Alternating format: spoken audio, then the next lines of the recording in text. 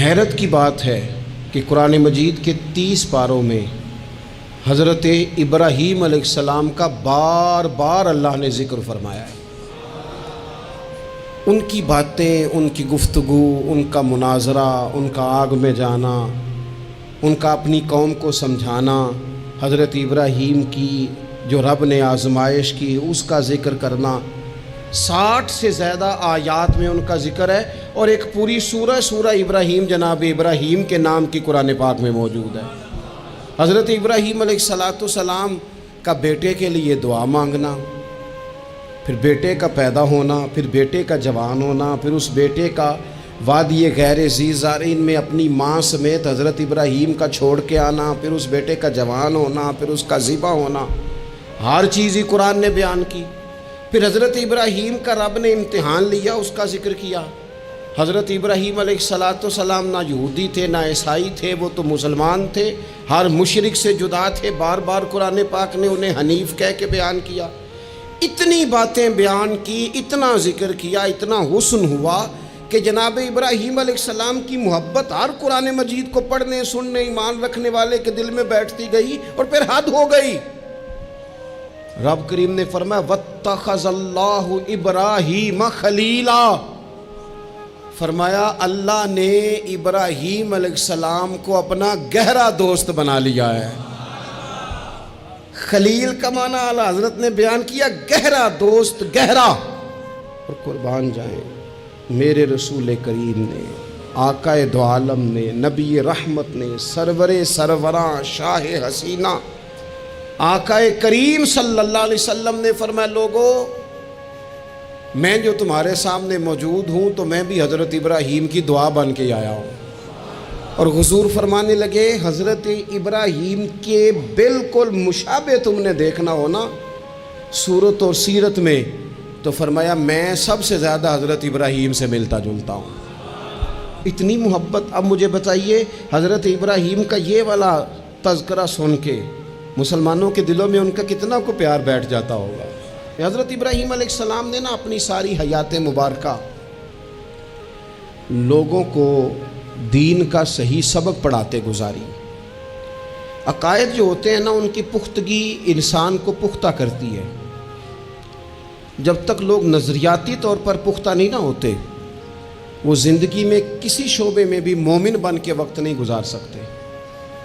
لوگوں کا عقیدہ توحید و رسالت اگر پختہ ہو جائے، عقیدہ توحید و رسالت اگر مضبوط ہو جائے، تو یہ جتنے لوگ پریشان ہوتے ہیں کہ پتہ نہیں کو جادو آ گیا ہے، پتہ نہیں کو سازش ہو گئی ہے، پتہ نہیں کو نظر لگ گئی ہے، پتہ نہیں فلانا میرے خلاف کیا کر رہا ہے، ان ساری آزمائشوں سے بندہ باہر آ جاتا ہے۔ عقیدہ ہی بڑا مضبوط ہے۔ اور جب انسان ڈرنے لگ جاتا ہے سانپ سے، تو پھر ایک وقت آتا ہے وہ رسیوں سے بھی ڈرتا ہے۔ حضرت ابراہیم علیہ السلام ہوں یا جتنے بھی انبیاء کرام گزرے ہیں، یا جتنے بھی ہمارے پاس آسمانی وحی کی تبلیغ کرنے والے نبی گزرے ہیں، ان سب نے عقیدہ توحید کی مضبوطی لوگوں کو سکھائی۔ حضرت ابراہیم علیہ السلام ان کا بار بار بیان فرماتے ہیں۔ دیکھیں، رب وہ ہوتا ہے جو حی بھی ہو، قیوم بھی ہو۔ رب کی شان یہ ہے نہ اسے نیند آتی ہے نہ اسے اونگ آتی ہے۔ رب کی شان یہ ہے کہ وہ ہر وقت، ہر لمحہ، ہر گھڑی اپنے بندوں کو دیکھتا ہے۔ وہ ہر ایک کی ضروریات سے آگاہ ہے، کسی کو کتنا چاہیے، کب چاہیے، کیا چاہیے، مالک ہر وقت جانتا ہے۔ اللہ تبارک و تعالیٰ اپنے بندے کے سکھ سے، دکھ سے، آزمائش سے، امتحان سے، کامیابی سے، ہر چیز سے آگاہ ہے۔ تو رب ہو بھی وہی سکتا ہے کہ جو اتنی طاقتوں کا مالک ہو۔ حضرت ابراہیم علیہ السلام کے زمانہ مبارکہ میں کچھ لوگ ایسے تھے جو چاند کی پوجا کرتے تھے، کچھ سورج کی پوجا کرتے تھے، کچھ ستاروں کی پوجا کرتے تھے۔ اللہ کا قرآن کہتا ہے کہ فلما جن علیہ اللیل، جب حضرت ابراہیم علیہ السلام پر رات کا اندھیرا چھا گیا تو رآ کوکبا، انہوں نے تارا دیکھا، قال ھذا ربی، ستارہ دیکھ کے کہنے لگے اسے میرا رب کہتے ہو، کیا یہ رب ہے؟ فلما افلا، پس جب وہ ڈوب گیا، قالا لا احب الآفلین، کہنے لگے میں ڈوبنے والوں کو پسند نہیں کرتا۔ چمکتا ستارہ تم نے اسے خدا کہا، اور جب وہ ڈوب گیا تو فرمانے لگے یہ بھی کوئی رب ہو سکتا ہے جو شام کو چڑھے اور سویرے ہو ہی نہ، یہ کیسے رب ہو سکتا ہے؟ جب وہ چڑھا ستارہ تو فرمایا اسے میرا رب کہتے ہو، جب ڈوب گیا تو فرمایا میں ڈوبنے والوں، میری سوچ بڑی ہے، میرا معیار بڑا ہے، میں ڈوبنے والوں کو مانا، اسے کیسے خدا مان لوں جو ڈوب ہی جائے؟ پھر کیا ہوا؟ فلما رأى القمر، پھر انہوں نے چاند دیکھا، بازیگن چمکتا ہوا، قال ھذا ربی، کہنے لگے اسے میرا رب کہتے ہو؟ فلما افل، پھر وہ بھی ڈوب گیا، چاند بھی ڈوب گیا، قال لئن لم یہدنی ربی لأکونن من القوم الضالین، فرمانے لگے اگر میرا رب مجھے پہلے سے ہدایت نہ دیتا تو میں بھی گمراہ لوگوں میں سے ہو جاتا۔ وہ چاند جو رات کو چڑھا اور سویرے ملا ہی نہیں، وہ کیسے خدا ہو سکتا ہے؟ خدا تو وہ ہے کہ جس کو جب پکارو وہ پکار کو سنے، وہ میدان میں بھی سنے، وہ گھر میں بھی سنے، وہ اندھیرے میں بھی سنے، وہ روشنی میں بھی سنے۔ وہ ایسا مالک ہے کہ جس کا دیا ہوا رزق ماں کے پیٹ میں بھی پہنچے اور اس کی دی ہوئی زندگی قبر میں بھی بندے کے ساتھ چلی جائے۔ پھر جب سورج کو چمکتے ہوئے انہوں نے دیکھا، قال ھذا ربی ھذا اکبر، کہنے لگے کیا اسے میرا رب کہتے؟ یہ تو بڑا بھی ہے، سورج تو بہت بڑا، اسے رب کہتے ہو؟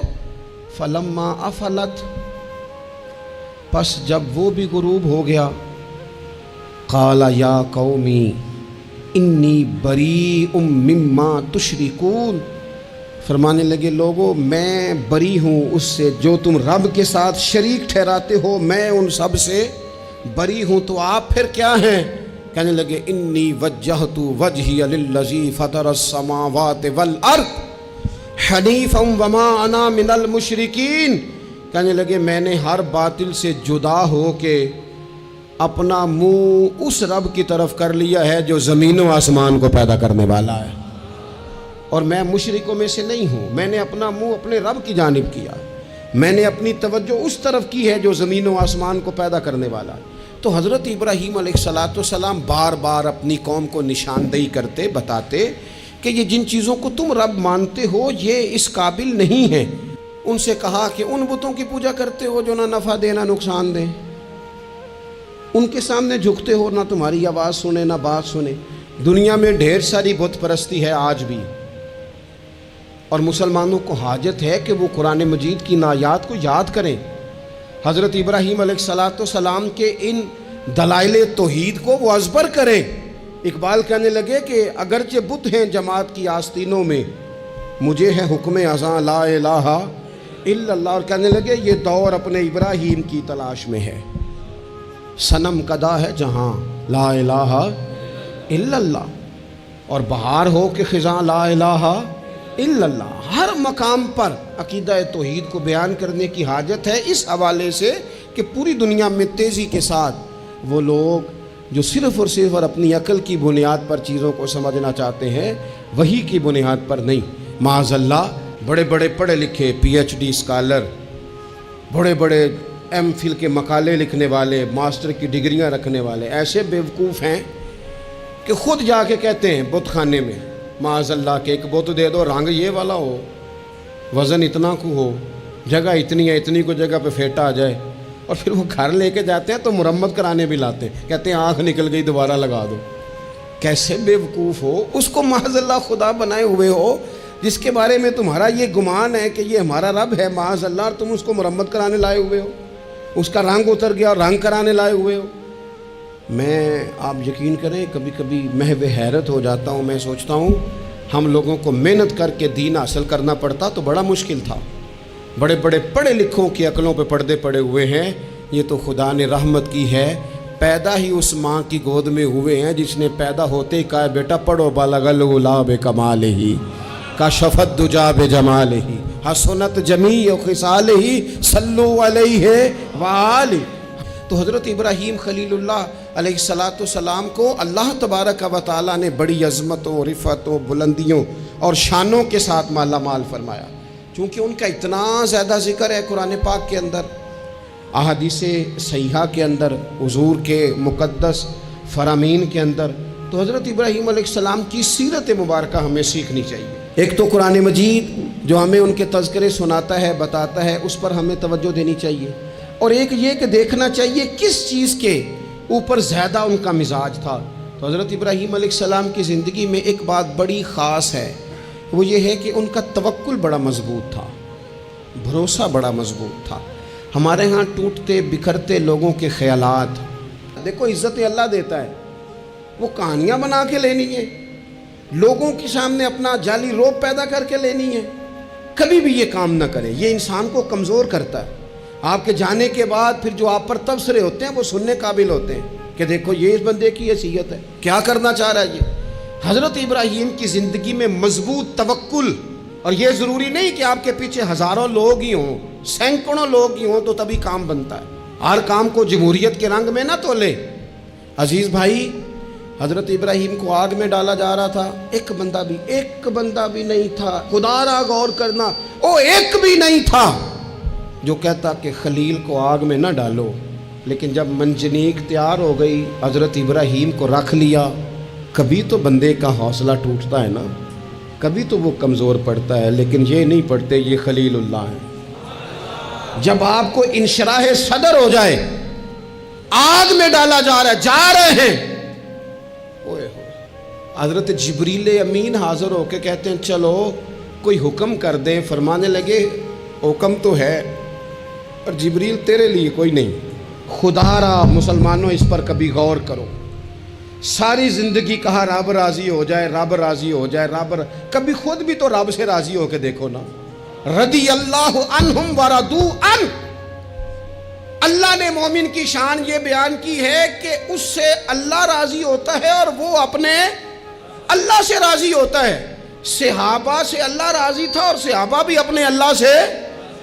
پہلے تو کہہ مالک تو نے جس حال میں رکھا ہے میں راضی ہوں، تو راضی ہو، وہ تو کریم ہی بڑا ہے، تیرے دو آنسوؤں سے بھی راضی ہو جائے گا، تو ہی نہیں راضی ہو رہا۔ آپ ذرا اس کا ذائقہ لیں۔ حضرت جبریل امین علیہ السلام نے کہا کوئی حکم، فرمایا تیرے لیے کوئی حکم نہیں۔